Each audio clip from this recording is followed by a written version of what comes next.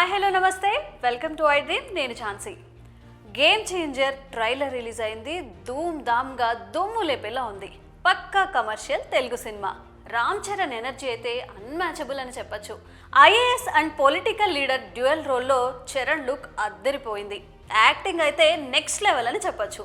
Powerful dialogues like నువ్వు 5 ఏళ్ళు మాత్రమే ముఖ్యమంత్రి కానీ నేను లైఫ్ లాంగ్ కలెక్టర్నే, ఇలాంటి డైలాగ్స్ అద్దరిపోయాయనే చెప్పాలి. విలన్గా ఎస్జే సూర్య ముఖ్యమంత్రి రోల్ ట్రైలర్లోనే అద్దరగొట్టేశాడు.